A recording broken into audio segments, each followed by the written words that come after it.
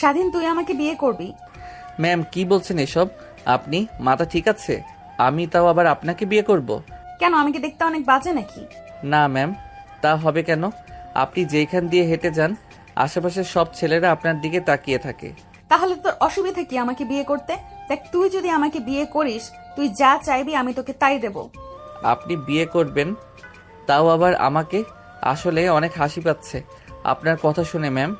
আরে না, আমি সত্যি সত্যিই বলছি, আই এম সিরিয়াস। স্বাধীন নেহার কথা শুনে লুকিং গ্লাসের দিকে তাকায়। দেখে নেহার চেহারায় স্পষ্ট গম্ভীর ছাপ, আর দেখে মনে হচ্ছে না সে এখন মজা করছে। স্বাধীন সাইডে গাড়ি দাঁড় করিয়ে নেহার দিকে তাকিয়ে বলেন, ম্যাম কি হয়েছে আপনার? ঠিক আছে তো? নাকি কি বলছেন এসব আজগুবি কথা? আমি আবার আপনাকে বিয়ে করব কিভাবে? আপনি ম্যাম আর আমি আপনার বাসার সামান্য একটা ড্রাইভার। তো কি হয়েছে? তুই কি মানুষ না নাকি? নিজেকে মানুষ মনে করিস না? তা হবে কেন ম্যাম? এখন বল, তুই আমাকে বিয়ে করবি কি না? না ম্যাম, এটা একদমই অসম্ভব। আপনি আপনার পরিবারকে জানান, তারা আপনার জন্য ভালো কাউকে চয়েস করে দেবে। কথাটা বলেই স্বাধীন পুনরায় গাড়ি স্টার্ট দিয়ে যেতে লাগে। নেহা তার ব্যাগ থেকে একটা ফল কাটা ছুরি বের করে হাতে চালিয়ে যেতে যাবে আর বলতে লাগে, দেখ, শেষবারের মতো বলছি, আমাকে বিয়ে করবি কি না? না হলে এইখানে সুইসাইড করবো হাতের রক কেটে। আরে ম্যাম, আপনি কি পাগল হয়ে গেছেন নাকি মাথা ঠিক আছে আপনার? দেখেন, পাগলামি করবেন না। কি হয়েছে আমাকে খুলে বলেন, আমি বিষয়টা সমাধান দেওয়ার চেষ্টা করব। আমার কিছুই হয়নি, তোকে আমাকে বিয়ে করতে হবে, তাও আবার এক্ষুনি। আচ্ছা ঠিক আছে, আপনাকে বিয়ে করব।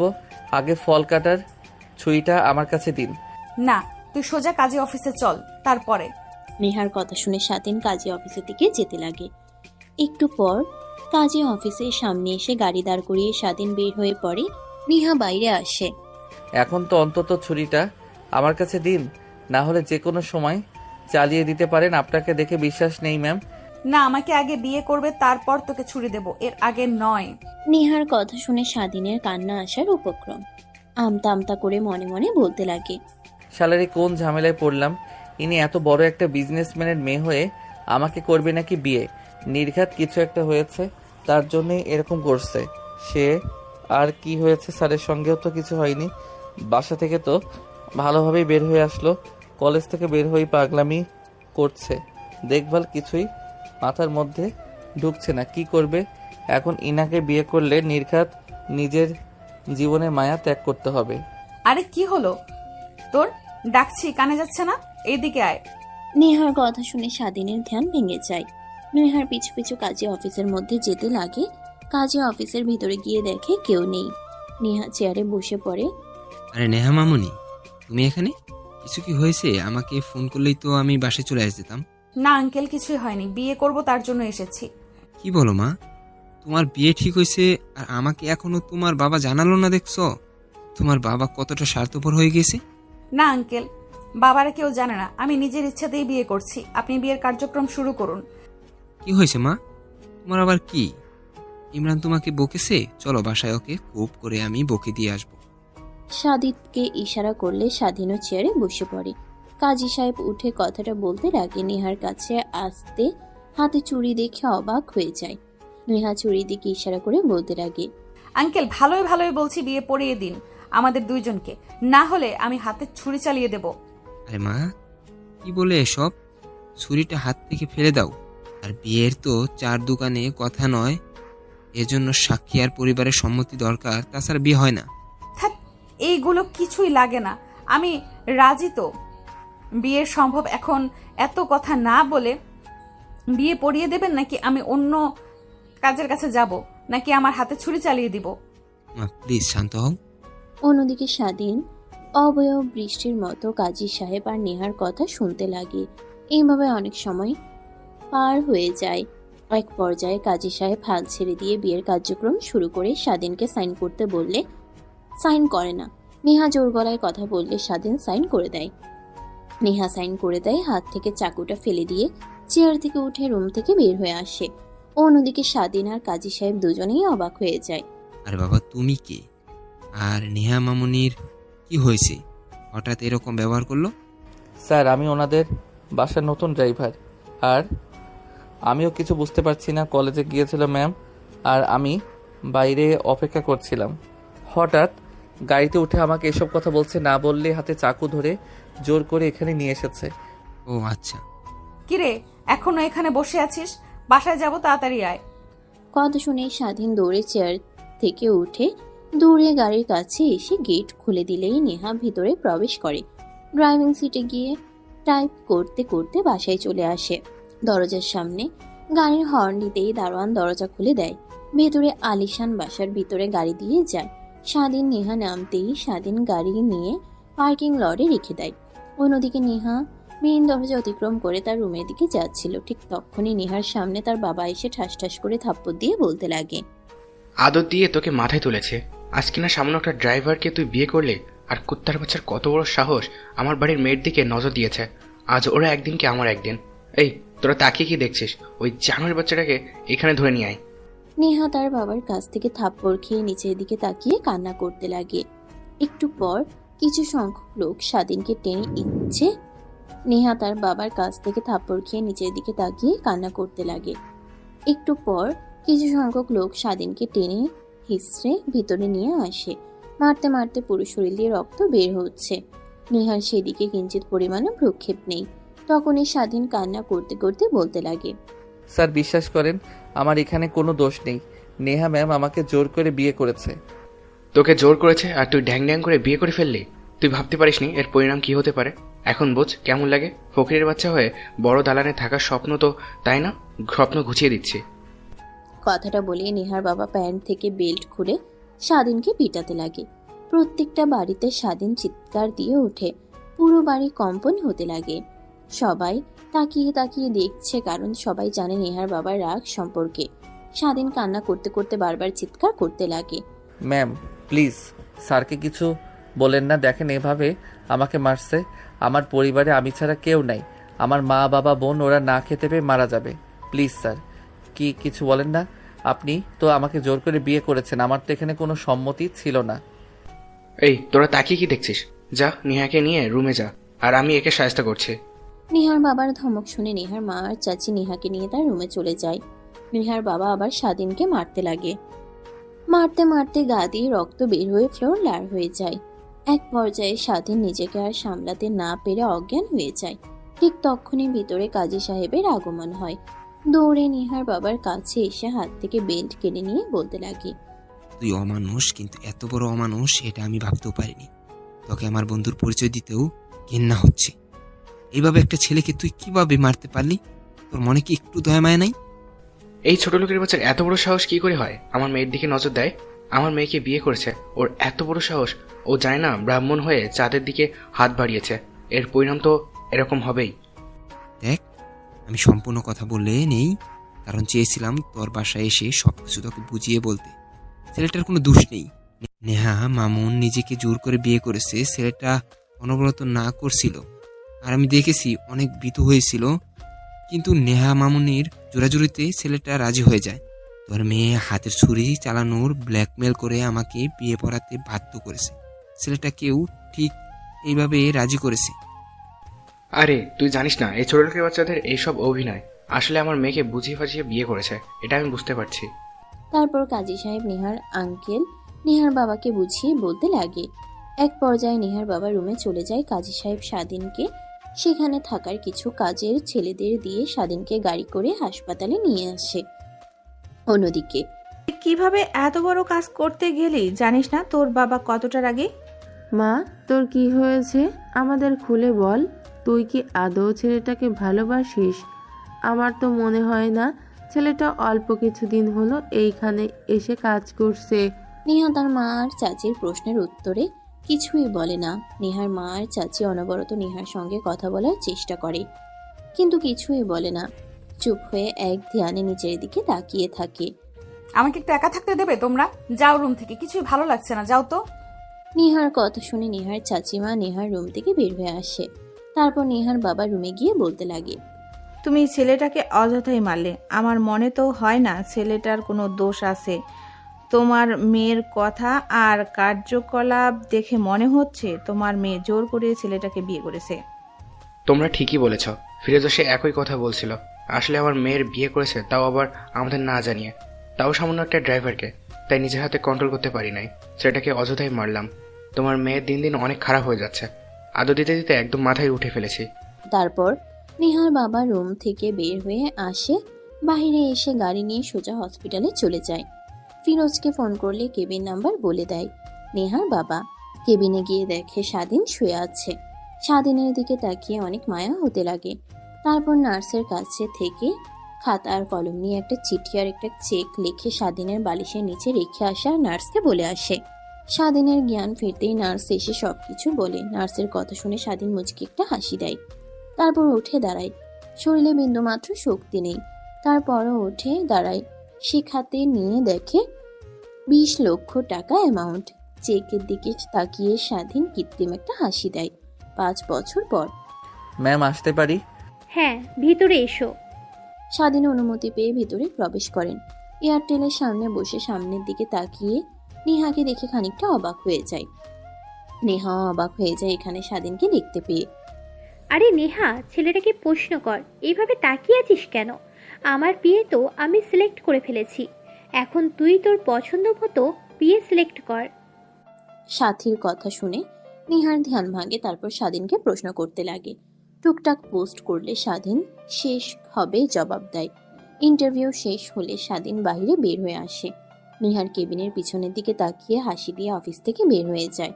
স্বাধীন ভালো করে চাইলে এখানে তার চাকরি হবে না। আচ্ছা আপু, তোমার পিএ তো তুমি সিলেক্ট করেছো, আমি বলি কি তুমি এই ছেলেটাকে তোমার পিএ বানাও আর তোমার মেয়েটাকে আমাকে দাও। কে বলো? আমার নানি, বাট বাহিরে আরো অনেকে আছে, ওদের ইন্টারভিউ নিবি না? না আপু, ভালো লাগছে না, বাসায় যাব, তোমার প্রয়োজন হলে তুমি নিতে পারো, আর এই ছেলেকে কনফার্ম করে মেল করে দাও। অন্যদিকে নেহার কথা শুনে সাথী পিয়নকে ডাক দেয়। একটু পর পিয়ন চলে আসে। ম্যাম ডেকেছেন আমাকে? হ্যাঁ ডেকেছি, বাট আপনাকে কতবার বলবো? আঙ্কেল বলেন তো, আমাকে ম্যাম বলে ডাকবেন না। আপনি আমার বাবার বয়স থেকে অনেক বয়সী, আপনি মামুনি কিংবা আমার নাম ধরে ডাকতে পারেন, আমি কিছুই মনে করব না। আর ডেকেছে কারণ হলো এই যে ফাইল দেখছেন, এই ছেলেটাকে ক্রোম ফ্রম লেটার পাঠিয়ে দিয়ে বলেন গ্রেসে গিয়ে আর বাহিরে যারা আছে তাদেরকে চলে আসতে বলেন ইন্টারভিউ নিতে। আর ভালো লাগছে না, অনেক ক্লান্ত হয়ে গেছি, বাসায় যাব। ঠিক আছে ম্যাম। ও সরি আপামনি। পিয়ন বের হয়ে যায়। তার পিছু পিছু নেহার সাথে দুজনেই বের হয়ে আছে। গাড়ি করে দুজনে বাসার উদ্দেশ্যে রওনা হয়। নেহা বাইরের দিকে তাকিয়ে ভাবতে লাগে। ছেলেটা এতদিন পর হঠাৎ করে কোথা থেকে আসলো আর একদমই চেনা যাচ্ছে না, আগের থেকে কতটা কিউট হয়েছে। আচ্ছা ওকে তো চাকরিটা দিয়ে দিলাম, আদৌ কি জয়েন হবে? যদি জয়েন হয় তখন যদি আবার স্ত্রীর অধিকার চায়, না না তা হয়তো বা চাইবে না, আবার চাইতেও পারে যেহেতু এখনো ডিভোর্স হয়নি। আরে ওই নেহা, তোর কি হয়েছে বলতো? সে কখন থেকে ডাকছি, বাহিরের দিকে তাকিয়ে আছিস, কি হয়েছে? কই আপু, কিছুই হয়নি, আসলে ভালো লাগছে না, শরীর অনেক ক্লান্ত লাগছে, তাই হয়তোবা। ঢং করতে হবে না, আমি কিন্তু সবই বুঝতে পারছি। ওই ছেলেটা যখন ইন্টারভিউ দিতে আসে তারপর থেকেই তুই কেমন জানি হয়ে গেছিস। তুই কি ছেলেটাকে চিনিস নাকি? সাথীর কথা শুনে নেহা ভ্যাবাচিকা খেয়ে যায়। বেসন খেয়ে উঠে তড়িঘড়ি করে সাথী তার ব্যাগ থেকে পানির বোতল বের করে নেহার দিকে এগিয়ে দেয়। নেহা ঢক ঢক করে পানি খেতে লাগে। পানি খাওয়া শেষ হলে বলতে লাগে, আরে না আপু, তুমিও না কি যে বলো এসব। আমার আবার কি হবে? আসলে এমনিতেই ভালো লাগছে না, আর আমি ছেলেটাকে তো চিনি না, কিন্তু ছেলেটার কথা শুনে মনে হলো অনেক ভালো আর যোগ্য, তাই তোমার পিএ বানালাম। আর তোমার পিএ আমাকে পছন্দ হয়েছে, কি কিউট একটা মেয়ে। হ্যাঁ আমারটাও, কিন্তু অনেক হ্যান্ডসাম আছে, চাইলে রাতের পর রাত কাটিয়ে দিতে পারবো একসঙ্গে। আপু কি বলছে এসব আবোল তাবোল কথা? বাসায় গিয়ে চাকরিতে বলবো নাকি? আরে কই কি বলছি, বললাম যে আমার বিয়েটা অনেক কিউট আছে কিন্তু। নেহা স্পষ্ট শুনতে পায় সাথীর কথা। নেহার অনেক রাগ হতে লাগে, কিন্তু কি করবে, যদি সাথীকে সত্যি সত্যি বলে তাহলে সবার কাছে গিয়ে বলে দেবে, তখন আবার বাবা রেগে ছেলেটাকে মারতে পারে। এসবে ভাবতে লাগে। একটু পর বাসায় চলে আসে। নেহা গাড়ি থেকে বের হয়ে সোজা রুমে গিয়ে দরজা আটকিয়ে দেয়। তারপর ফোনে থাকা পিকটা বের করে দেখতে লাগে আর বলতে লাগে, অনেক খুঁজেছি তোকে পিচ্ছি, এইবার পেয়েছি, আর তোর সঙ্গে এইভাবে দেখা হবে ভাবতেও পারিনি। আগের থেকে কতটা কিউট হয়েছিস। আমার বজ্জাত বোন তোর দিকে নজর দিয়েছে, আল্লাহ জানে ও কি করবে। বিদেশ থেকে এসেছে, ওর নজর তো শুধু উল্টাপাল্টা কিছু করার। আর আমারই ভুল হয়েছে, আমি কেন তোকে আমার পার্সোনাল বিয়ে না করে ওর বিয়ে করলাম। কথাগুলো ভেবে নেহা তার চুলগুলো খামচে দিয়ে ধরতে লাগে। জোরে ধরলে আপলে কথাগুলো ভেবে নেহা তার চুলগুলো খামচে দিয়ে ধরতে লাগে। জোরে ধরলে বলে চিৎকার দিয়ে ওঠে। অন্যদিকে স্বাধীন তার রুমে গিয়ে ফ্রেশ হয়ে পোশাক পরিবর্তন করে রান্না করতে লাগে আর তার মায়ের সঙ্গে কথা বলতে লাগে। বাবা, আর কতদিন এইভাবে চলবে বল? তোর বাবার অবস্থা দিন দিন অবনতি হচ্ছে। খুব দ্রুত চিকিৎসা না করলে তোর বাবাকে বাঁচানো যাবে না। আর এখনো তুই একটা চাকরিও পেলি না। আজকের ইন্টারভিউটা কেমন হয়েছে? আলহামদুলিল্লাহ মা, অনেক ভালো হয়েছে, বাট মনে হয় না তাও চাকরিটা হবে। আর তুমি টেনশন করো না, আমি যেহেতু এসেছি একটা না একটা কাজ করবই, আর বাবাকে খুব দ্রুতই সুস্থ করে ফেলবো ইনশাল্লাহ। স্বাধীন তার মায়ের সঙ্গে কথা বলা শেষ হলে ফোন রেখে দিয়ে রান্না শেষ হলে খাটের উপরে শুয়ে ভাবতে লাগে। এইভাবে আর কতদিন বন্ধুদের কাছ থেকে যা টাকা এনেছিল তাও সব শেষ হয়ে গেল। এখন তো আর কারোর কাছে টাকা চাইতেও পারবো না, মা বাবার কাছে তো আরও পারবো না। কি করি আর মনে হয় না চাকরিটাও হবে। নেহা ম্যামের সঙ্গে এভাবে দেখা হবে কখনো ভাবতেও পারিনি। আগে তো এটা ওনাদের অফিস ছিল না, তাহলে কি নতুন করেছে নাকি? ধ্যাত, জানলে যেতাবি না। এত বছর পর এইভাবে দেখা হবে, মনে হয় না চাকরিটা দেবে নেহা ম্যাম। কি আর করার, আগামীকালকে থেকে রিক্সা নিয়ে বের হতে হবে। এইসবই কথা ভাবছিল স্বাধীন শুয়ে থেকে। হঠাৎ ফোনে মেসেজ আসে। স্বাধীন ফোন হাতে নিয়ে মেসেজটা ওপেন করতেই চোখ বড় বড় হয়ে যায়। শোয়া থেকে উঠে দাঁড়িয়ে পড়ে। মেসেজটা আর অন্য কিছু না, চাকরি কনফার্ম হয়েছে, তাও আবার প্রত্যেক মাসে ৮০,০০০ টাকা করে বেতন। স্বাধীন যেন নিজের চোখকে বিশ্বাস করতে পারছে না। হাতের চিমটি কাটতেই বলে উঠে। মেসেজটা ভালোভাবে পড়লে দেখে আগামীকাল জয়েনিং করতে হবে। স্বাধীন তৎক্ষণাৎ তার মার কাছে ফোন করে সব কথা বলে। স্বাধীনের মা শুনে অনেক খুশি হয়। স্বাধীনও অনেক খুশি হয়। অনেক খুশি হয়। হঠাৎ খুশি মাখা মুখটা গোমরামুখো হয়ে যায় আর মনেই ভাবতে লাগে, এটা আবার নেহা নামের নতুন কোনো চাল না তো? চাল হোক আর যাই হোক, মাসে অনেক বেতন, বাবার চিকিৎসা করাতে পারবো খুব তাড়াতাড়ি যদি কাজ করতে পারি মনোযোগ দিয়ে। আর নেহার কাছ থেকে দূরে দূরে থাকতে হবে, আর ওর ফাঁদে একদমই পা দেওয়া যাবে না। অন্যদিকে নেহা শুয়ে থেকে এইসবই ভাবছিল। হঠাৎ দরজায় কড়া নাড়ার শব্দ পায়। নেহা উঠে দরজা খুলে দিয়ে দেখে তার বড় বোন সাথী। তুই না বললি তোর ভালো লাগছে না, শুয়ে থাকবি? সেই না দেখছি এখনো অফিসের পোশাক পরিধান করে আছিস। আর আমি এই কাজটা কিছুতেই বুঝতে পারছি না, আমাকে একটু বুঝিয়ে দে তো। ও আচ্ছা আপু, আসো, তুমি ভেতরে আসো। আসলে খুব টায়ার্ড লাগছিল, তাই শুয়ে পড়েছিলাম। আমি ফ্রেশ হয়ে আসছি, তুমি সবাই বলছো। কথাটা বলেই নেহা ওয়াশরুমে চলে যায়। ফ্রেশ হয়ে বাহিরে আসে, তারপর সাথীকে কাজ বুঝে দিতে লাগে।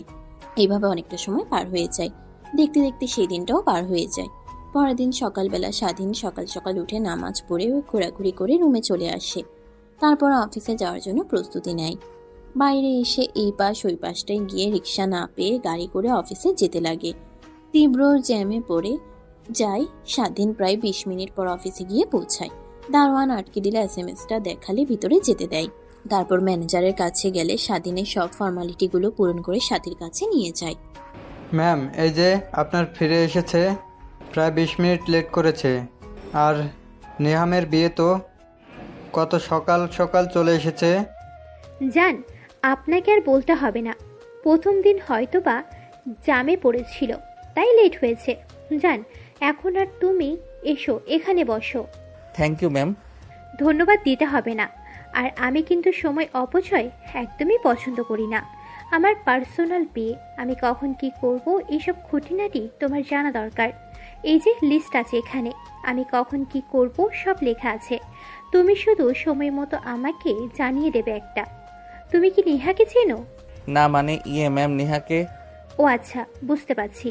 নেহা হচ্ছে ইন্টারভিউ রুমে যে আমার পাশে একটা মেয়ে ছিল যে তোমাকে প্রশ্ন করলো। ও আসলে আমার বিয়ে সিলেক্ট করে নেওয়া হয়ে গিয়েছিল, শুধু বাকি ছিল নেহার বিয়ে নেওয়ার। তখনই তুমি আসছো। তোমাকে সিলেক্ট করে নেহা, বাট আমার বিয়ে হিসাবে। আর আমার বিয়ে নেহাকে নিয়ে নেয়, তাই হয়তো ভাবলাম তুমি হয়তো বা নেহাকে চেনো। সরি ম্যাম, আমি তাকে চিনি না। আচ্ছা, এটাই তো ব্রেক থ্রু, তাই না? হ্যাঁ বসো, আর যখন যা দরকার আর বুঝতে অসুবিধা হলে আমাকে বলো। ঠিক আছে ম্যাম। স্বাধীন সাথীকে কিছু বুঝতে না দিয়ে তার ডেস্কে এসে বসে পড়ে। তারপর কাজ সব বুঝে নিতে লাগে। স্বাধীনের অনেক ভালো লাগে, এত টাকা এত সহজ কাজ। সবকিছু কমপ্লিট করা হলে সাথীর লিস্ট দেখতে লাগে, কখন কি করবে, কখন কোন মিটিং আছে, এসব আর কি। দেখতে দেখতে অনেকটা সময় পার হয়ে যায়।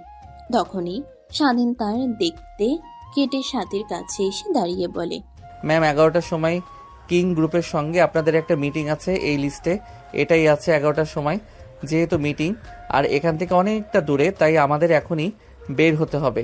রাস্তার অবস্থা তেমন একটা ভালো না, সবসময় জ্যাম লেগেই থাকে। ও আচ্ছা, বুঝতে পারছি। তুমি একটা কাজ করো, পাশের কেবিনটাতে নেহা বসে আছে, ওর কাছে গিয়ে বলো রেডি হতে। ঠিক আছে ম্যাম। তারপর স্বাধীন সাথীর কেবিন থেকে বের হয়ে পাশের কেবিনের দরজায় নক করতেই স্বাধীন ভিতরে ঢুকে বলতে লাগে, ম্যাম সাথী ম্যাম বলল যে আপনাকে রেডি হতে একটু পরে বের হবে। স্বাধীন নেহার কথা শুনে ঘুরে বের হতে যাবে, ঠিক তখনই পিছন থেকে নেহা বলতে লাগে, হ্যালো গাইস, আসসালামু আলাইকুম। কয়েকটা কথা বলি, একটু ভালোভাবে শুনুন। একটা ভিডিও এডিট করতে, ভয়েস মিলাতে আরও অনেক কাজ আছে। সব মিলিয়ে একটানা 7-8 ঘন্টা লেগে যায়। এত কষ্ট করে একটা ভিডিও বানাই, তাও বেশি মানুষ ইউটিউব চ্যানেলটা সাবস্ক্রাইব করে না। আচ্ছা ভাই, ইউটিউব চ্যানেলটা সাবস্ক্রাইব করলে কি কোনো সমস্যা হবে? আর যারা টিকটক থেকে ভিডিও দেখে আসছেন, তারা সাবস্ক্রাইব করে কমেন্টে টিকটক লিখে যান। আমাদের বিষয়ে কিন্তু সাথিয়া আপু কিছুই জানে না, আর কিছু বলবেও না তুমি, আশা করি। ম্যাম সাথী ম্যাম বলল যে আপনাকে রেডি হতে একটু পরে বের হব। ম্যাম চিন্তা করবেন না, আমি কাউকে কিছু বলবো না। আর একটা কথা জিজ্ঞেস করা ছিল, ওই দিন কি বিয়েটা সত্যি হয়েছে নাকি মিথ্যা? আদৌ আপনাকে দেখানোর জন্য শুধু? না, সত্যি হয়েছে। আমি কাজী আঙ্কেলকে বলেছিলাম, সে বলেছে সত্যি হয়েছে, ডিভোর্স নেব। তোমাকে খুঁজে পাইনি, তাই নাও হয়ে ওঠেনি। আচ্ছা ম্যাম, সমস্যা নেই, একদিন সময় করে আমাকে বলবেন, আমি ডিভোর্স দিয়ে দিব। কথাটা বলেই স্বাধীন কেবিন থেকে বের হয়ে আসে। কেবিনের বাইরে এসে দীর্ঘ একটা নিঃশ্বাস ফেলে সামনের দিকে তাকিয়ে দেখে সাথী স্বাধীনের দিকে ড্যাব ড্যাব করে তাকিয়ে থাকে। কি ব্যাপার, কি হয়েছে তোমার? আর তোমাকে বললাম নেহাকে রেডি হতে, আর এত সময় লাগে? সরি ম্যাম, বলেছি নেহা ম্যাম রেডি হয়ে আসছে। এই তো আপু, আমি চলে এসেছি, চলো এখন। তারপর স্বাধীন নেহা সাজিয়ে তিনজনে নিচে চলে আসে। নেহা পিছনের সিটে বসতে যাবে, তখনই সাথী বলতে লাগে, নেহা তুই একটু সামনে বস তো। আসলে স্বাধীনকে কিছু এখনো বোঝানো হয়নি, তাই ওকে বুঝিয়ে দেব এই প্রজেক্ট সম্পর্কে। রাস্তায় সব বুঝিয়ে দেব, তুই সামনে বস। পিছনে তো আর তিনজনে বসতে পারবো না। আর তোর বিয়ে কই? আপু, ওকে সব বুঝিয়ে দিয়েছি আমি, তাই কেবিনে বসে কাজ করছে ও ওর মতো। ও আচ্ছা। সাথীর কথা শুনে নেহা দাঁত কটমটিয়ে সামনে বসে পড়ে। তারপর স্বাধীন আর সাথী দুজনে পিছনে আর নেহা সামনে বসে পড়ে। গাড়ি চলছে তার আপন গতিতে।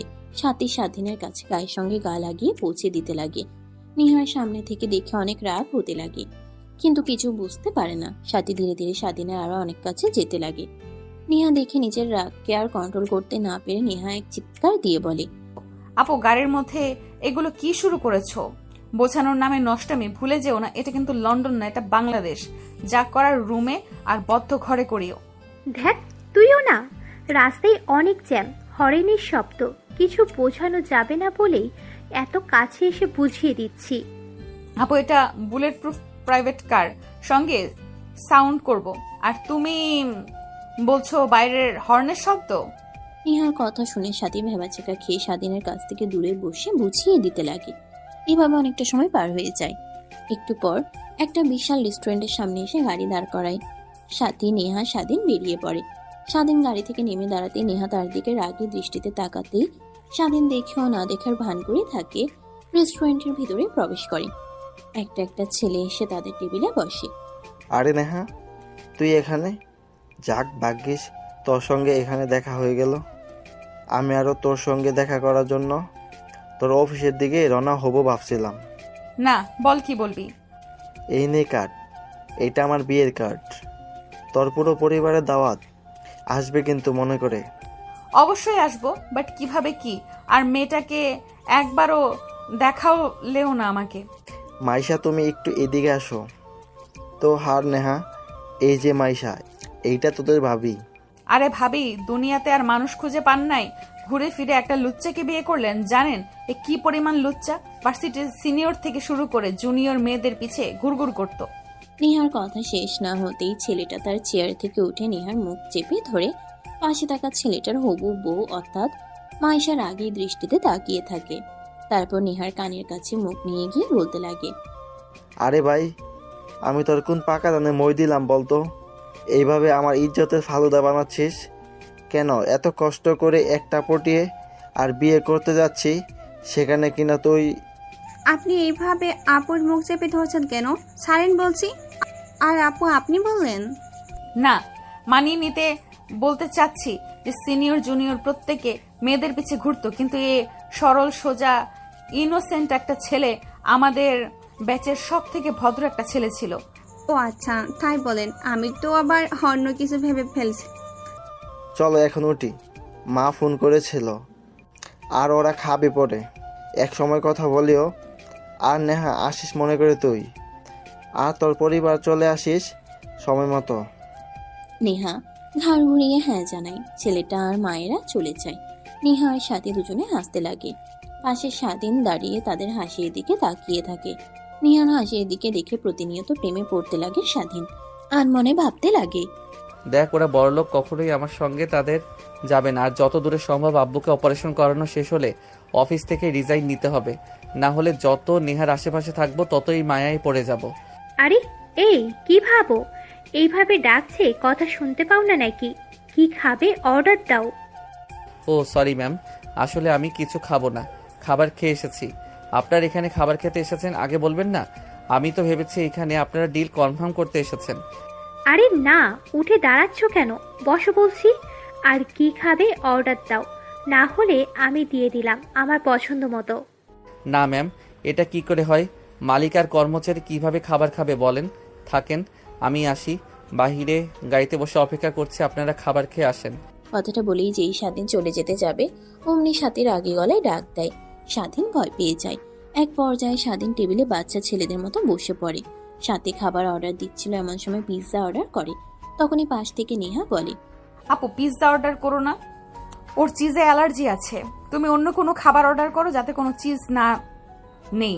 কথাটা বলেই নেহা তার জিহবায় কামড় দেয়। ঘাড় ধীরে ধীরে ঘুরিয়ে সাথীর দিকে তাকিয়ে দেখে সাথী তার দিকে প্রশ্নসূচক দৃষ্টিতে তাকিয়ে আছে। আচ্ছা স্বাধীন, তোমার কি চিজে অ্যালার্জি আছে সত্যি? হ্যাঁ ম্যাম।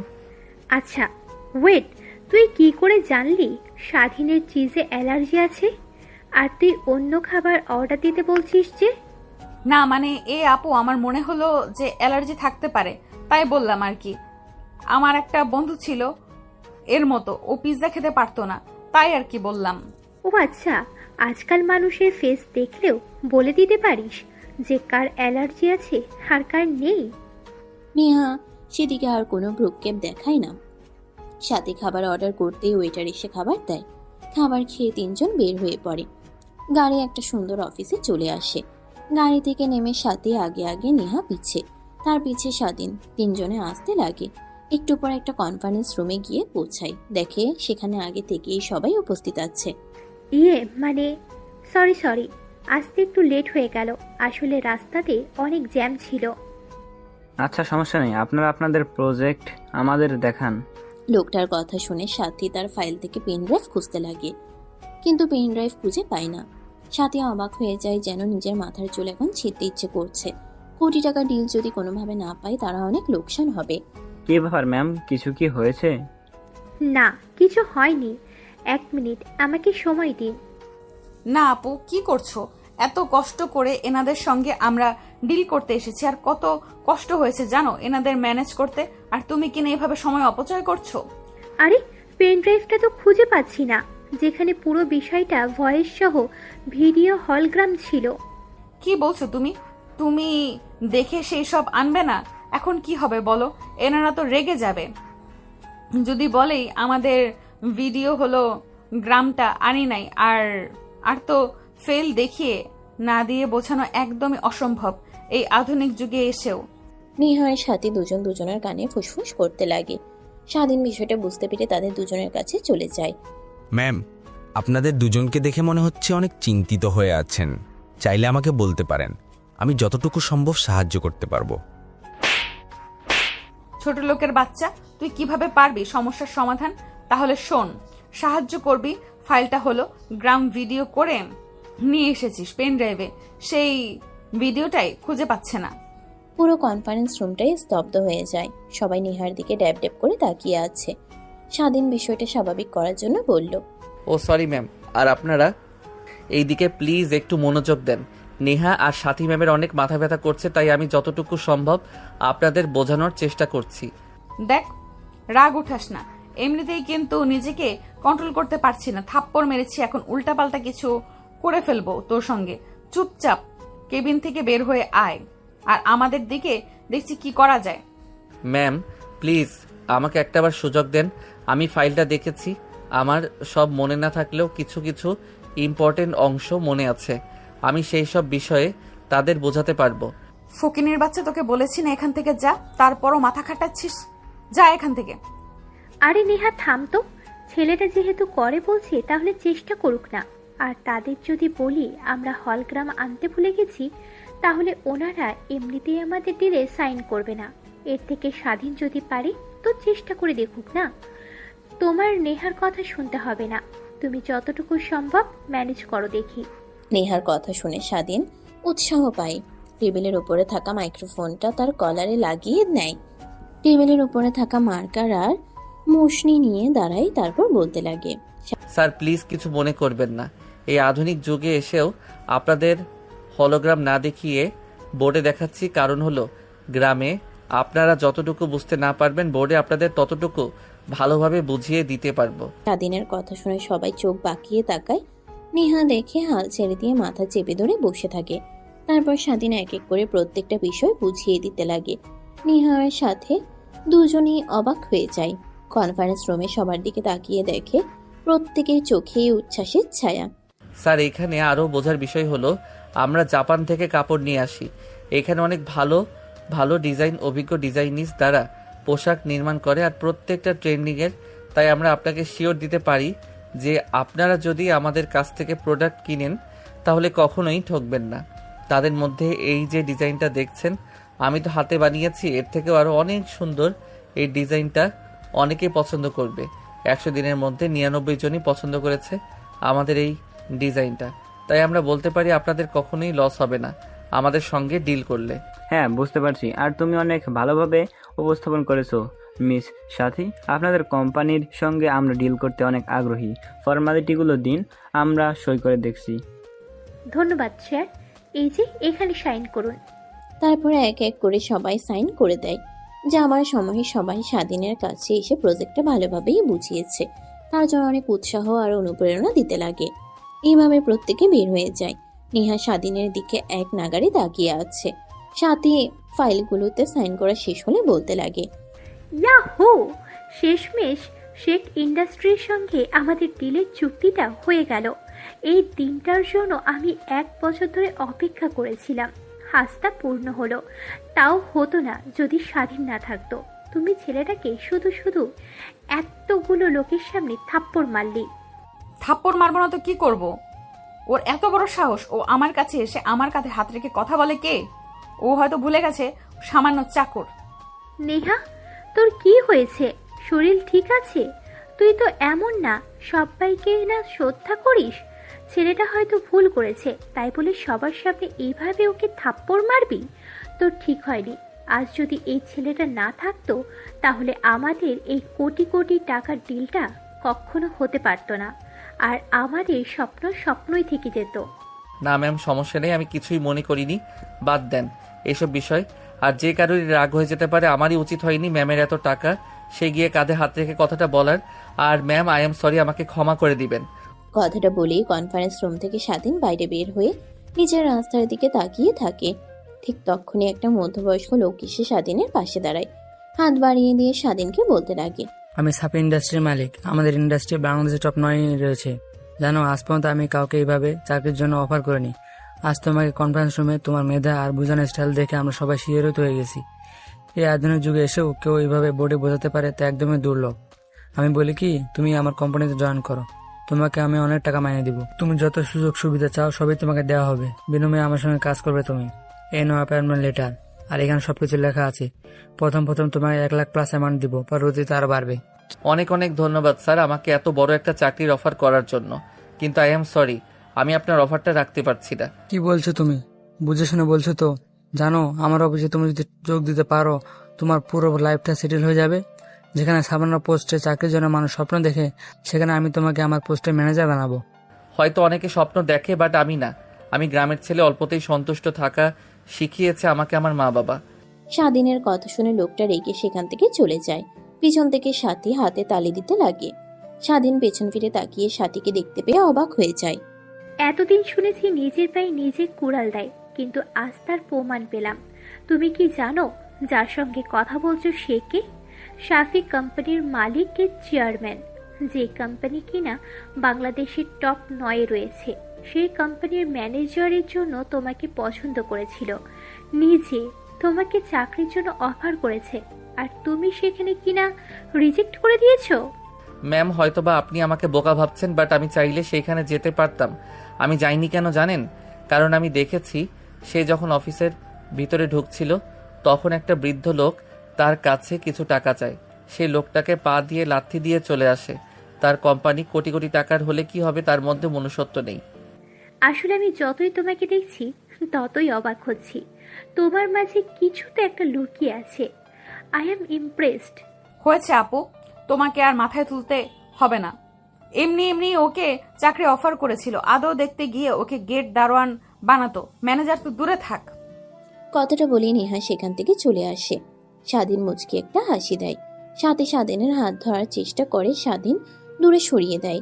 দুজনে হাঁটতে লাগে আর সাথে স্বাধীনের সঙ্গে কথা বলতে লাগে। দুজনে নিচে গাড়ির কাছে এসে দেখে নেহা আগে থেকে পিছনের সিটে বসে আছে। স্বাধীন সেটা দেখে সামনের সিটে বসে পড়ে। সাথে কিছু বলতে গিয়েও বলে না। একটু পর ড্রাইভার গাড়ি স্টার্ট দিয়ে অফিসের দিকে যেতে লাগে। নেহা ফোনের দিকে নজর দেয়। ফোন থেকে সরিয়ে তার বোনের দিকে তাকাতেই দেখে এক ধ্যানে স্বাধীনের দিকে তাকিয়ে আছে। নেহার এটা দেখে অনেক রাগ হতে লাগে, কিন্তু নিজের রাগকে দমিয়ে সাথীর কাঁধে হাত রেখে নাড়া দিয়ে বলে, আপু কি হয়েছে তোমার? এইভাবে ছোট লোকটার দিকে তাকিয়ে আছো কেন? আরে চুপ, ও শুনে ফেলবে। তাই বলে তুমি আমার মুখ চেপে ধরবে? তোমার মতো একদমই কিন্তু আমার ভালো লাগছে না। হ্যাঁ, তোকে কিছুই বুঝতে হবে না। ছোট মানুষ ছোট মানুষের মতো থাক। অন্যদিকে স্বাধীন বসে পিছনে কি হচ্ছে সব শুনতে পাই। লুকিং গ্লাসে তাকিয়ে দেখতেও পাই, দেখে মুচকে মুচকে হাসতে লাগে। আরাম মনে স্বাধীন ভাবতে লাগে, আমাকে থাপ্পড় দেয়া, তাই না? এর স্বাদ আমি হাড়ে হাড়ে বুঝিয়ে দেব তোমাকে। আমার বউ, তোমার সামনে তোমার বোনের সঙ্গে ফ্লার্টিং করব, দেখি কতদিন নিজেকে সামলে রাখো। এই অল্পতে এইভাবে রেগে গেলে হবে? স্যার, আমরা তো চলে এসেছি, আর সাথে ম্যাম আপনাকে ডাকছে। ও আচ্ছা। কথাটা বলেই স্বাধীন গাড়ি থেকে নেমে পড়ে। গাড়ি থেকে নেমে মাথায় একটা আলতো করে থাপ্পড় দিয়ে ভেতরে প্রবেশ করে নেহা। তার সাথে তারা দুজনে অফিসের সবাইকে একত্র করে ডিলটা হয়েছে বিষয়টা জানাই। সবাই অনেক খুশি হয়। তারপর সাথে মিষ্টির প্যাকেট বের করে সবাইকে খাইয়ে দিতে লাগে। স্বাধীনের কাছে আসলে হাতে নিতে চাইলেও নেহা হাতে না দিয়ে খাইয়ে দেওয়ার চেষ্টা করে আর বলতে লাগে, তোমার জন্য ডিলটা হয়েছে, তোমাকে তো ডাবল মিষ্টি দেওয়াই উচিত। সাথীর কথা শুনে সবাই হাসতে লাগে। সঙ্গে সাথে নেহার মুখে কোনো হাসি নেই। নেহা সেখানে আর না দাঁড়িয়ে সোজা তার কেবিনে চলে যায়। এভরিবডি, এখন আসি। কিছুদিনের মধ্যেই এই আপনাদের বড়সড় একটা পার্টি দেব। ততদিনে সবাই মন দিয়ে কাজ করুন। ঠিক আছে ম্যাম, আর আপনাকে কংগ্রেস।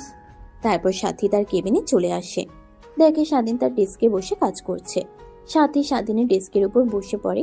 স্বাধীন অবাক হয়ে সাথীর দিকে তাকায়। ম্যাম, কিছু বলবেন? স্বাধীনের কথা শুনে সাথী তার মাথাটা নিচু করে স্বাধীনের দিকে এগিয়ে নিয়ে যায়।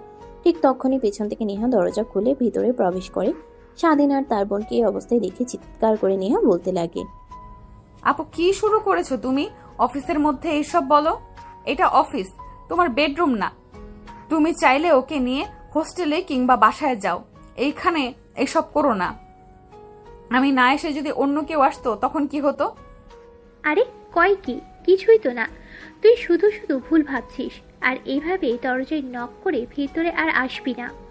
ভেতরে না আসলে তো এসব দেখতেই পারতাম না। চাচাকে সব বলতে হবে, বাসায় গিয়ে বলবো। তোকে আর কিছু বলতে হবে না, কিছুদিন যাক, আমি যা বলার তা বাবাকে বলবো। নেহা অবাক হয়ে যায় স্বাধীন কথা শুনে, ভাবতে লাগে কি বোঝাতে চেয়েছে সাথী। স্বাধীনের কেবিন থেকে উঠে তার কেবিনের চেয়ারে বসে পড়ে। নেহা স্বাধীনের দিকে রাগী দৃষ্টিতে তাকিয়ে থাকে। স্বাধীন দেখেও না দেখার ভান করে কম্পিউটারে কাজ করতে লাগে। নেহা সেখানে আরেক মুহূর্ত না দাঁড়িয়ে কেবিন থেকে বের হয়ে তার ডেস্কে চলে যায়। কেবিনে গিয়ে দরজা আটকিয়ে ভাবতে লাগে, আমার এত খারাপ লাগছে কেন? মনে হচ্ছে ভেতরটা পুরো ছাই হয়ে যাচ্ছে। আপুর সঙ্গে কেন স্বাধীনকে মেনে নিতে পারছি না? কেন আপুর উপর এত রাগ হচ্ছে? আমি তো স্বাধীনকে স্বামী হিসেবে মানি না। এত বছর পরে এভাবে আসবে আবার আমাকে জ্বালানোর জন্য। আর দোষটা তো আমারই, আমি ওকে চাকরিতে রেখেছি। এখন আপুকে কিছু বললেও কখনো আপু ওকে চাকরি থেকে বের করে দেবে না। কি করি আইডিয়া, নিজের জিনিস নিজেকে আগলে রাখতে হবে। কথাটা বলেই নেহা তার ডেস্কের উপর থেকে টেলিফোন তুলে তার বোনের কাছে ফোন করে। কিরে, তোর আবার কি হয়েছে? এই তো একটু আগে রাগ দেখিয়ে চলে গেলি, আবার ফোন করেছিস? না মানে আপু, আমি এই ফাইলটার কিছুই বুঝতে পারছি না। স্বাধীনকে একটু পাঠিয়ে দাও তো, এই প্রজেক্টের সবকিছু ও বুঝে ফেলেছে। ও আচ্ছা, আমি পাঠিয়ে দিচ্ছি। স্বাধীন, নেহার কেবিনে যাও, ও ফাইলটা বুঝতে পারছে না, ওকে বুঝিয়ে দিয়ে আসো। ঠিক আছে ম্যাম। কথাটা বলেই স্বাধীন কেবিন থেকে বের হয়ে নেহার কেবিনে পারমিশন নিয়ে প্রবেশ করে। তারপর নেহার ডেস্কের সামনে যারা বসে পড়ে, নেহা তার চেয়ার থেকে উঠে দরজা লাগিয়ে দেয়। পিছন ফিরে স্বাধীনকে দেখে বলতে লাগে, ম্যাম দরজা লাগিয়ে দিচ্ছেন কেন? এমনিতেই কাজ আছে। কি কাজ এমন দরজা লাগাতে হবে? দরজা খুলুন, কেউ এসে দরজা আটকানো দেখলে অন্য কিছু মনে করবেন। কি মনে করবে? হ্যাঁ, যা মনে করার করুক। তুই ভুলে যাস না যে তুই আমার বিয়ে করা হাজবেন্ড, তোর উপর আমার সব অধিকার আছে। ম্যাম, আপনি এটা হয়তোবা ভুলে গিয়েছেন যে আমাদের বিয়ের বিষয়টা কেউ জানে না। আর আপনি যে আমাকে বিয়ে করেছেন ওইটা খেলনা, বিয়ে বললেই চলে। আপনি জোর করে আমাকে বিয়ে করেছেন, যেটাতে আমার কোনো সম্মতি ছিল না। যেইভাবেই হোক, জোর করে হোক কিংবা অন্য কোনো উপায়ে, বিয়ে তো তোকে করেছি। আর আমি তো তোর বিয়ে করা বউ। আচ্ছা, তোর সামনে যদি আমি অন্য কোনো ছেলের সঙ্গে ঘোরাফেরা করি, মিষ্টি মিষ্টি কথা বলি, তখন তুই কি করবি? কি করব? কিছুই করব না। আপনার যা ভালো মনে হয় তাই করবেন, আমি কি করব? কিন্তু জানিস, আমার অনেক খারাপ লাগছে আপুর সঙ্গে তোকে মেলামেশা করতে। প্লিজ আপুর কাছ থেকে দূরে থাক। আমি ভালো করে জানি আপু তোকে পছন্দ করে ফেলেছে, আর আমি কখনোই আপুকে বলতে পারবো না আমাদের বিষয়টা। বাবা মা তারা ভুলে গিয়েছে। এখন যদি তুই তাদের সামনে দাঁড়াস, তাও তারা তোকে চিনতে পারবে না। বুঝতে পারছি। এখন আপনি বলতে চাচ্ছেন যে আমি কাজটা ছেড়ে দেই, এই তো? আচ্ছা, সমস্যা নেই, আমি চাকরিটা ছেড়ে দিব। এতে আপনি খুশি যদি হন তাহলে আমিও খুশি। আমি তোকে তা বলিনি, শুধু বলেছি আপুর কাছ থেকে দূরে দূরে থাকবে, এই আর কি। দেখেন ম্যাম, আপনি কিন্তু অধিকার খাটাচ্ছেন। অধিকার খাটাবো না তো কি করব? হ্যাঁ, তুই কি বারবার ভুলে যাচ্ছিস যে আমি তোকে বিয়ে করাবো? স্বাধীন কিছু বলতে যাবে এর আগে নেহা স্বাধীনকে ঘুরিয়ে তার কোলের উপরে বসে পড়ে। স্বাধীনের মাথার পিছনে হাত দিয়ে তার কাছে নিয়ে এসে নেহা কিস করতে লাগে। এভাবে অনেকটা সময় পার হয়ে যায়। হঠাৎ দরজায় কড়া নাড়ার শব্দ পেতেই দুজনে তাদের জ্ঞান ফিরে পায়। নেহা মাথা তুলে ঘড়ি করে স্বাধীনের উপর থেকে সরে দাঁড়ায়। স্বাধীন কিছু বলতে যাবে এর আগে নেহা স্বাধীনকে ঘুরিয়ে তার কোলের উপরে বসে পড়ে। স্বাধীন কিছু বলতে যাবে এর আগে নেহা স্বাধীনকে ঘুরিয়ে তার কোলের উপরে বসে পড়ে। স্বাধীনের মাথার পিছনে হাত দিয়ে তার কাছে নিয়ে এসে নেহা কিস করতে লাগে। এভাবে অনেকটা সময় পার হয়ে যায়। হঠাৎ দরজায় কড়া নাড়ার শব্দ পেতেই দুজনে তাদের জ্ঞান ফিরে পায়। নেহা তো তুলে ঘড়ি করে স্বাধীনের উপর থেকে সরে দাঁড়ায়। ঠোঁট মুছে শাড়ি ঠিক করে চেয়ারে গিয়ে বসে পড়ে। তারপর স্বাধীনের দিকে টিস্যু এগিয়ে যেতেই স্বাধীন ঠোঁট পরিষ্কার করে দরজা খুলে দেয়। দরজা খুলে দেখে স্বাধীন সামনে সাথী দাঁড়িয়ে আছে। কি ব্যাপার, দরজা লাগানো কেন? আর এসি চলছে তারপরেও ঘেমে গিয়েছো? না মানে ম্যাম, প্রজেক্টটা অনেক প্যারা, তাই ঘেমে গিয়েছি ম্যামকে বোঝাতে। ও আচ্ছা, বুঝতে পারছি। আর কাজ করতে হবে না, বাসায় চলে যাও। আর নেহা, তুইও আয়, ভালো লাগছে না, বাসায় যাব। একটু দাঁড়াও আপু, 5 মিনিট, আমি আসছি। তারপর স্বাধীন নেহার কেবিন থেকে বের হয়ে যায়। একটু পর নেহার সাথে তারাও বাসার উদ্দেশ্যে রওনা হয়। নেহা বাসায় গিয়ে তার রুমের দিকে যাচ্ছিল, ঠিক তখনই বর্ষার রুম থেকে নেহার বাবা ডাকতে লাগে। নেহা তার বাবার কাছে গিয়ে শোভায় বসে পড়ে। বাবা কিছু বলবে?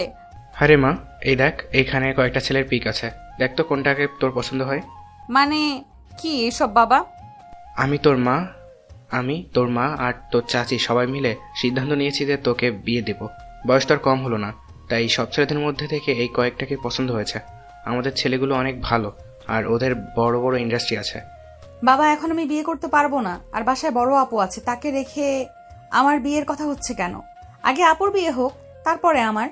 কথাটা বলেই নেহা বসার রুম থেকে উঠে তার রুমে গিয়ে জোরে দরজা লাগিয়ে দেয়। পুরো বাসাটা কম্পন দিয়ে ওঠে, সবাই চমকে ওঠে। তারপর নেহা খাটের উপর উল্টো হয়ে শুয়ে পড়ে।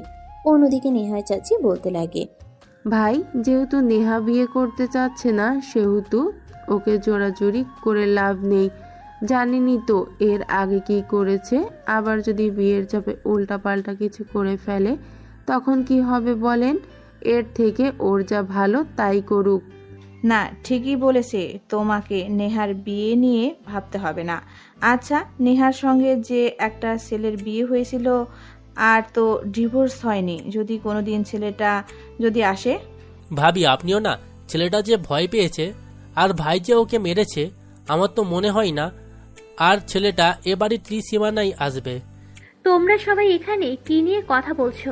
আর নেহার রুমে দরজা লাগানো, অনেক ডাকাডাকি করলাম কিন্তু খুলছে না। বাদ দে, তুই এইখানে বয়। হ্যাঁ, বসছি। আর তোমাদের একটা খুশির সংবাদ দেওয়ার আছে। আমরা আজ সেই ইন্ডাস্ট্রির সঙ্গে ডিল ফাইনাল করেছি, আর আমাদের প্রজেক্ট কোয়ালিটি অনেক ভালো। আমরা আশাবাদী এটা শেষ হওয়ার পর আরো বড় বড় ডিল নিয়ে তাদের কাছে যেতে পারবো। আর জানো আজ কি হয়েছে? সাথীর কথা শুনে সবাই উদ্বেগ নিয়ে সাথীর দিকে তাকিয়ে থাকে। তারপর সাথী স্বাধীনের বিষয়ে সব বলতে লাগে। নিহার বাবা আর সাথীর বাবা দুজনে অবাক হয়ে যায়। কি বলো মা, এই আধুনিক যুগেও কিনা একটা আধুনিক ছেলে এইভাবে বোঝাতে পারে? জানো, আমার যখন নতুন নতুন বিজনেস স্টার্ট করি তখন প্রত্যেকের সামনে গিয়ে এভাবে বোঝাতাম, কিন্তু কিছুতেই বোঝাতে না পারায় আমাদের আর দিন দেওয়া হতো না। আজ তোমার কথা শুনে ওই পুরোনো দিনের কথা মনে পড়ে গেল। আর এই আনন্দে অফিসের সব এমপ্লয়ীদের আমি একটা পার্টি দেবার কথা ভাবছি। আগামী 7 দিনের মধ্যে বাসায় আয়োজন করে একটা পার্টি দিই নাকি? তোমাদের এতে কোনো অমত নেই তো? না মামুনি, কোনো অমত নেই। আমারও তো যখন বড় ডিল পেতাম তখন বাসায় অনেক খুশি হয়ে আসতাম, আর অফিসের সব এমপ্লয়ীদের নিয়ে আনন্দ করতাম। তোমাদের আনন্দ না হয় আমরাও একটু অংশীদার হলাম নাকি ছোট? হ্যাঁ ভাই, ঠিক বলেছ। অনেক দিন হলো এনজয় করা হয় না, পার্টিতেও আর যাওয়া হয় না। মনে হয় ধীরে ধীরে বয়স বাড়ছে। কি এনজয় করবে? বুড়ো বয়সে কি ভীমরতিতে ধরেছে নাকি? কিসের বুড়ো? হ্যাঁ, এখনো মেয়েকে বিয়ে দিতে পারলাম না, নাতি নাতনির মুখও দেখিনি, আর বুড়ো বানিয়ে দিলে? এখনই তো বয়স এনজয় করার। নিহার চাচার কথা শুনে সবাই হাসতে লাগে। অন্যদিকে নিহার রুমে গিয়ে পুরো রুম এলোমেলো করে ফেলে। যে কেউ হঠাৎ রুমে আসলে বলবে এখানে কোনো পাগল বসবাস করে। নিহা খাটের সঙ্গে পিঠ ঠেকিয়ে মাথা হাঁটুর সঙ্গে ভাঁজ করে কান্না করতে লাগে আর আনমনেই ভাবতে লাগে, কেন তুই আসলি আবার আমার জীবনে? ভালোই তো কাটছিল, তোর মায়াও তো কাটিয়ে ফেলেছিলাম। হঠাৎ আমার জীবনে আসলি, এখন আবার এসে আপুর সঙ্গে অভিনয় শুরু করেছিস। কিভাবে বাবা মা চাচা চাচিকে বলবো? তারা তো আবার যদি জানতে পারে স্বাধীন এসেছে, তাহলে বাবা আবার রেগে ওকে অনেক মারবে। নেহা এই সবই কথা ভাবছিল। অন্যদিকে স্বাধীন বাসে গিয়ে ফ্রেশ হয়ে রান্না করছিল। হঠাৎ ফোন বাজে। দূরে রুমে এসে দেখে তার মা ফোন করেছে। রিসিভ করে কানের কাছে ধরতেই ওই পাশ থেকে কান্নার শব্দ আসে। মা, কি হয়েছে? এইভাবে কান্না করছো কেন? আর বাড়ির সবাই ঠিক আছে তো? বাবারে বলিস না, তোর বাবার অবস্থা একদমই ভালো না। মুখ দিয়ে ফ্যান বের হচ্ছে, কোনো কথাই বলছে না। প্রায় 5 মিনিট হলো তোর বোনকে পাঠিয়েছি ডাক্তারকে ডেকে আনতে, এখনো আসছে না। কি করব কিছুই বুঝতে পারছি না। কি বলছো মা? তার মানে কি বাবার আবার ওই আগের অবস্থায় চলে গিয়েছে? তুমি ডাক্তারের ভরসা না করে এখনই একটা গাড়ি করে হাসপাতালে নিয়ে যাও, ডাক্তারকে দেখাও, তারপর কি হয় আমাকে ফোন করে জানাও। ঠিক আছে বাবা, আমি তাই করছি। স্বাধীন চিন্তিত হয়ে পড়ে। অন্যদিকে রান্না পুরো দুর্গন্ধ বের হয়। স্বাধীন তড়িঘড়ি করে পানি ঢেলে দেয়, খাবার নিচে রেখে দেয়। কি করবে বুঝতে না পেরে রুমে গিয়ে চিন্তা করতে লাগে। প্রায় 1 ঘন্টা পর আবার স্বাধীনের মা স্বাধীনকে ফোন করে। রিসিভ করে কানের কাছে ধরতেই ওই পাশ থেকে বলতে লাগে, বাবারে, তোর কথা মতো তোর বাবাকে হসপিটালে নিয়ে এসেছি। তারা বলছে তোর বাবা ঠিক আগের অবস্থায় চলে গিয়েছে, এইবার অপারেশন করতে অনেক টাকা লাগবে। কি বলো মা? আর বাবার এখন কি অবস্থা? হ্যাঁ, তোর বাবা এখন ঠিক আছে, আইসিইউতে ভর্তি আছে। ডাক্তার তার কেবিনে ডেকে নিয়ে গিয়ে কথাটা বলল। কি করব এখন কিছুই তো বুঝতে পারছি না। আগে চিকিৎসা করানোর জন্য সব জায়গা বিক্রি করে দিয়েছি, শুধু বাড়িটুকু আছে, ওইটা বিক্রি করে দিলেও তোর বাবার চিকিৎসার টাকা হবে না। কত টাকা লাগবে মা? আর তুমি অ্যাম্বুলেন্সে করে ঢাকায় নিয়ে আসো, এখানে অনেক ভালো ভালো হসপিটাল আছে। হ্যাঁ, ডাক্তার তাই বললো ঢাকায় নিয়ে যেতে আর অপারেশন করতে, না হলেও কমপক্ষে 30 লক্ষ টাকা লাগবে। এতগুলো টাকা কিভাবে জোগাড় করব কিছুই বুঝতে পারছি না বাবা। কি বলো মা, এতগুলো টাকা? আচ্ছা তুমি ঢাকায় নিয়ে আসো, আমি দেখছি টাকা ম্যানেজ করতে পারি কিনা। কথাটা বলেই স্বাধীন ফোন রেখে দেয়। তারপর কিছু একটা ভেবে স্বাধীন নাম্বারে ফোন করে, কিন্তু ফোন রিসিভ হয় না। স্বাধীন চিন্তিত হয়ে যায়। তখনই নেহার নাম্বার ছিল, নেহার নাম্বারে ফোন করে। অন্যদিকে নেহা বসে থেকে কান্না করছিল। এমন সময় ফোন আসায় ওঠে, ফোন রিসিভ করে দেখে সেই ছিল চেনা নাম্বারটা। নিজের অজান্তেই নেহার বুক ধুকপুক করতে লাগে। কাঁপা কাঁপা হাতে ফোন রিসিভ করে কানের কাছে ধরে হ্যালো বলতেই ওপাশ থেকে স্বাধীন বলে, ম্যাম, সাথী ম্যামের কি কিছু হয়েছে? অনেকক্ষণ ধরে ফোন করছি বাট রিসিভ করছে না। ও আচ্ছা, তলে তলে এত দূর চলে গিয়েছিস। কালকে আগে অফিসে যাই, তারপরে তোর একটা ব্যবস্থা করছি। ম্যাম, উল্টাপাল্টা কিছু ভাববেন না, আসলে সাথী ম্যামের সঙ্গে জরুরি একটা কথা বলার আছে, তার জন্য আর কি ফোন করেছি। তা তো বুঝতেই পারছি, কি তা শুনে একবার তোর জরুরি কি কথা? না মানে ম্যাম, আমার কিছু টাকা লাগতো, 30 লক্ষ টাকা। এত টাকা তুই কি করবি? ম্যাম, আমার বাবা অনেক অসুস্থ, তার অপারেশন করতে 30 লক্ষ টাকা লাগবে। তার জন্য সাথী ম্যামকে ফোন করছি বাট রিসিভ করছে না। আঙ্কেলের কি হয়েছে, আর ঠিক আছেন তিনি? হ্যাঁ, এখন সুস্থ আছে, আর ডাক্তার বউয়ের আছে 48 ঘন্টার মধ্যে অপারেশন না করলে আর বাঁচানো সম্ভব হবে না, তাই ঢাকায় আসছে। আর আমার কাছে তো টাকা নেই এতগুলো, তাই আর কি একটু যদি হেল্প করতেন, প্রত্যেক মাসে আমার বেতন থেকে টাকা কেটে রেখে দিতেন। মুখের মগের মুল্লুক নাকি? এতগুলো টাকা কখনো একসঙ্গে চোখেও দেখেছিস? আর তোকে 30 লক্ষ টাকা দিব, তুই পরে কাজ না করে যদি ভেগে চলে যাস তখন কি হবে? কথাটা বলেই নেহা ফোন কেটে দেয়। স্বাধীন অবাক হয়ে যায়, ফোনের দিকে তাকিয়ে আনমনেই ভাবতে লাগে। নেহা, তোমার এত দেমাগ, আগে তো এমন ছিলে না। অন্যদিকে নেহা তড়িঘড়ি করে তার ফোন থেকে স্বাধীনের অ্যাকাউন্টে 35 লক্ষ টাকা পাঠিয়ে দেয়। স্বাধীন এসব কথা ভাবছিল, হঠাৎ মেসেজ আসে। মেসেজের দিকে তাকিয়ে চোখ চড়ক গাছ হয়ে যায়। মেসেজটা ওপেন করতেই তার ঠোঁটে এক চিমটি হাসির রেখা টানে। ঠিক আগের মতো অভিনয়টা আছে, শুধু তাছাড়া আর কিছুই নেই, একদম চেঞ্জ হয়ে গিয়েছে। অভিনয় করে মন জেতা সবকিছুই। ঠিক তখনই ফোন আসে। স্বাধীন দেখে নেহা ফোন করেছে, রিসিভ করে বলতে লাগে, অনেক অনেক ধন্যবাদ ম্যাম, জানি না আপনার ঋণ কখনো শোধ করতে পারবো কিনা। হয়েছে, আর ধন্যবাদ দিতে হবে না, সময় মতো টাকা ফিরিয়ে দিয়েন, না হলে কিন্তু আপনার খবর আছে মিস্টার স্বাধীন। ঠিক আছে ম্যাম, সময় মতো টাকা পেয়ে যাবেন। তখনই দেখে স্বাধীন তার মা ফোন করেছে। নেহার ফোন কেটে দেয়। নেহা ওই পাশে ভেবাচেকা গিয়ে যায়। দ্বিতীয়বার ফোনে ট্রাই করে বাট ব্যস্ত দেখায়। অন্যদিকে স্বাধীন তার মার ফোন রিসিভ করে হসপিটালের নাম বলতেই স্বাধীন সোজা ব্যাংকে গিয়ে টাকা তুলে হসপিটালে চলে যায়। তারপর স্বাধীন তার বাবাকে হসপিটালে এডমিট করে কাউন্টারে টাকা দিতেই আগামীকাল অপারেশন হবে, বিদেশ থেকে বড় ডাক্তার আসবে এটা বলেন। স্বাধীন তার মায়ের সঙ্গে বেশ কিছুক্ষণ থেকে তার ছোট্ট বোনকে নিয়ে বাসায় চলে আসে। স্বাধীন বাসার কাছে আসতেই দেখে তার বাড়ির সামনে একটা কালো গাড়ি দাঁড় করানো। স্বাধীন চিনতে পারে, ধীরে ধীরে সামনের দিকে যেতে লাগে। তার রুমের দরজা খোলা। স্বাধীন অবাক হয়ে যায়। দরজা দিয়ে উকি দিয়ে দেখে সাথী বসে আছে তার রুমে ফোন দেখছে। সাথী স্বাধীনকে দেখতে পেয়ে দৌড়ে আসার জড়িয়ে ধরে পিছন থেকে। স্বাধীনের বোন এসব দেখে নিজের হাত দিয়ে চোখ বন্ধ করে ফেলে। আরে ম্যাম, কি করছেন আপনি? প্লিজ ছাড়ুন, কেউ দেখে ফেলবে। কে দেখবে? কেউ আসবে না।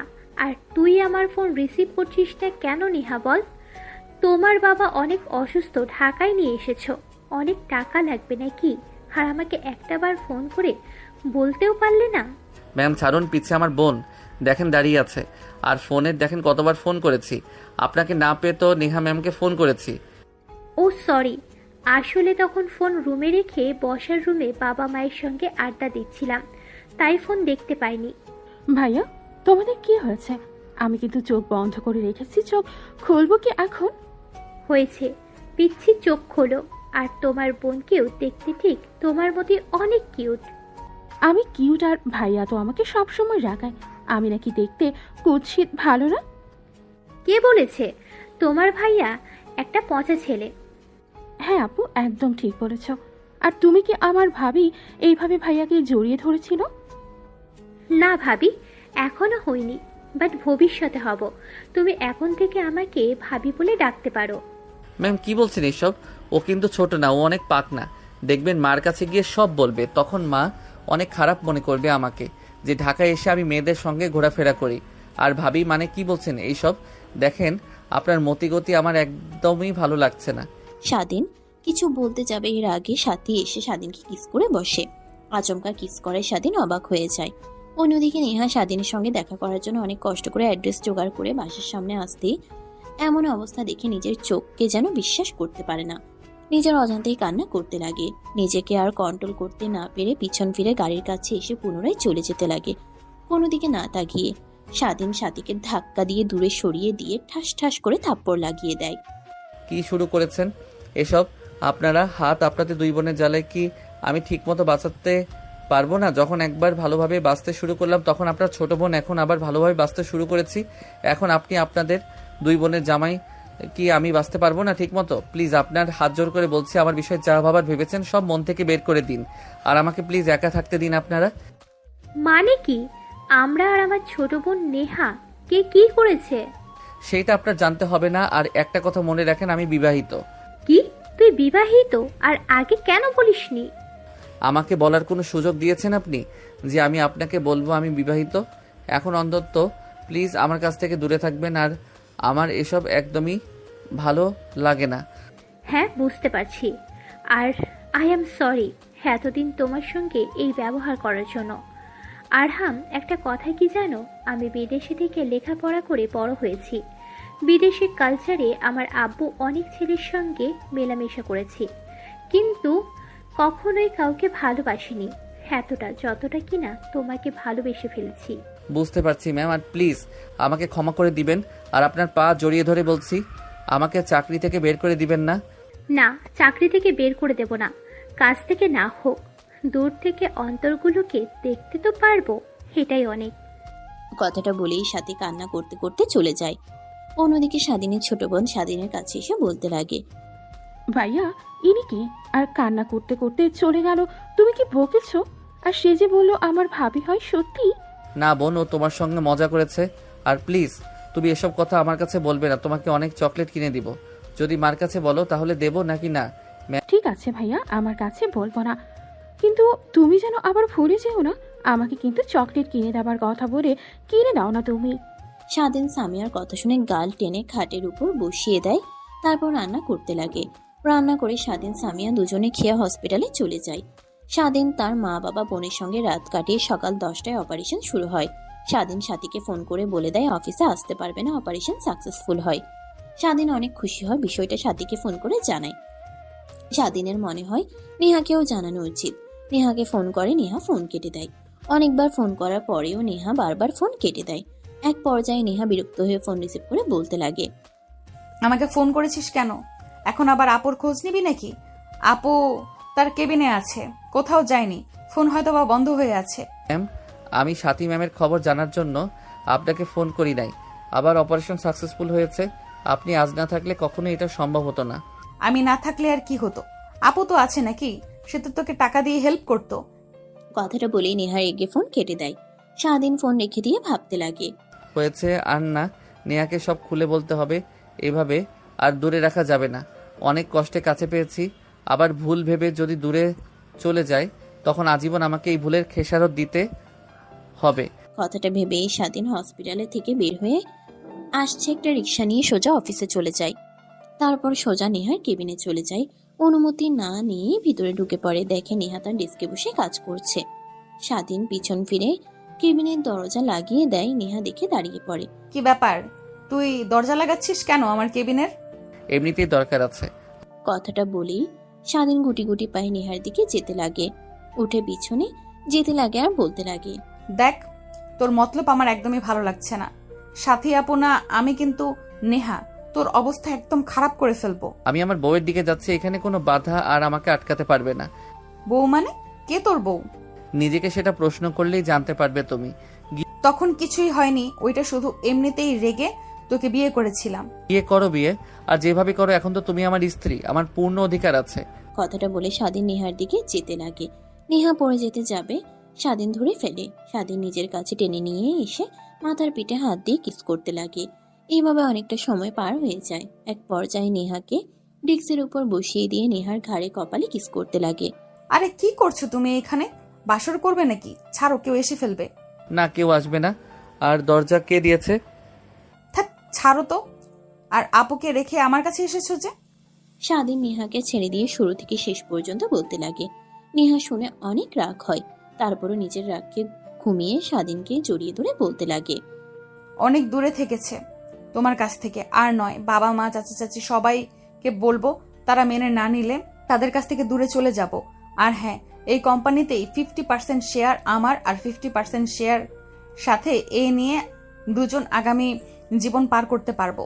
দ্যাট কি বলো তুমি? আর সবাইকে ম্যানেজ করব, সবাই একসঙ্গে থাকবো। আচ্ছা, সেটা জানা যাবে। এখন চলো, আঙ্কেলকে দেখতে যাব। কথাটা বলেই নেহা আর স্বাধীন দুজনে বাইরে বের হয়ে আসে। স্বাধীন হাঁটছিল, নেহা এসে স্বাধীনের হাত জড়িয়ে ধরে হাঁটতে লাগে। শালে ছাড়িয়ে দিতে গিয়েও নেহা আরো শক্ত করে জড়িয়ে ধরে। পুরো অফিসের সবাই এটা দেখে, সাথীও দেখে। সাথী নিজের অজান্তেই চোখ দিয়ে 2 ফোঁটা পানি বের হয়। নিজের হাত দিয়ে মুচকে একটা হাসি দেয় অন্যদিকে তাকিয়ে। নেহা আর স্বাধীন দুজনে হসপিটালে চলে আসে। তারপর স্বাধীন তার বাবা যে কেবিনে, সে কেবিনে নেহাকে নিয়ে যায়। নেহা কেবিনে ঢুকেই স্বাধীনের মার পাশে বসে সালাম করে। স্বাধীনের মা হঠাৎ কেউ এসে পাশে সালাম করে ভ্যাবাচ্চেকা খেয়ে যায়।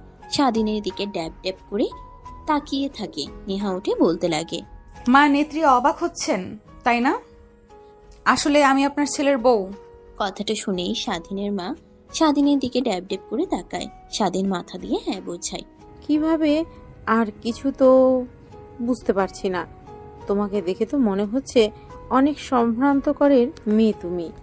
তারপর নেহা আর স্বাধীন দুজনে শুরু থেকে শেষ পর্যন্ত বলে কিভাবে তাদের বিয়ে হয়, কিভাবে ঠিক তখনই পিছনে একটা গম্ভীর কণ্ঠস্বর শুনতে পায় নেহা। নেহা পিছনে ফিরে তাকিয়ে অবাক হয়ে যায়। বাবা, বাবা, তুমি এখানে? আমারও তো একই প্রশ্ন, তুই এখানে কি করছিস? আর এরা কারা? আর ওয়েট, এই ছেলে তোমাকে দেখে দেখে কেমন চেনা মনে হচ্ছে। ওহো, চিনতে পেরেছি, তুমি স্বাধীন না? কথাটা শুনেই স্বাধীন মাথা নিচু করে ফেলে। বাবা, ও না, আমি আরো ওর কাছে গিয়েছি। আর তখন হয়তো ছোট ছিলাম, তাই কিছু বলতে পারি নাই। এখন বলছি আমি স্বাধীনকে ভালোবাসি। আর তুমি তো জানোই আমরা বিবাহিত। কি, তুই সত্যি স্বাধীনকে ভালোবাসিস? হ্যাঁ বাবা। নেহা কথাটা বলে ভার্তক দৃষ্টিতে তার বাবার দিকে তাকিয়ে থাকে। গুমরা মাখা মুখটা নিমিশে হাসির রেখা টেনে নেহার বাবা বলতে লাগে, সেটা তুই আগে বলবি না? আর স্বাধীনকে কই থেকে পাইলি? আমি তো অনেক বড় ভুল করেছি তোমার সাথে বাবা, প্লিজ আমাকে ক্ষমা করে দিও। আর আমার পাগলি মেয়েটাকে প্লিজ তুমি কষ্ট দিও না, সবসময় আগলে রেখো। ঠিক আছে আঙ্কেল, আমি আমার সর্বোচ্চ দিয়ে চেষ্টা করব। আঙ্কেল মানে? বাবা বলবে এখন থেকে, নো আঙ্কেল। কথাটা বলেই নেহার বাবা হাসতে লাগে। নিমিষে পুরো কেবিনটা হাসির আমেজে পরিপূর্ণ হয়ে যায়। সমাপ্ত।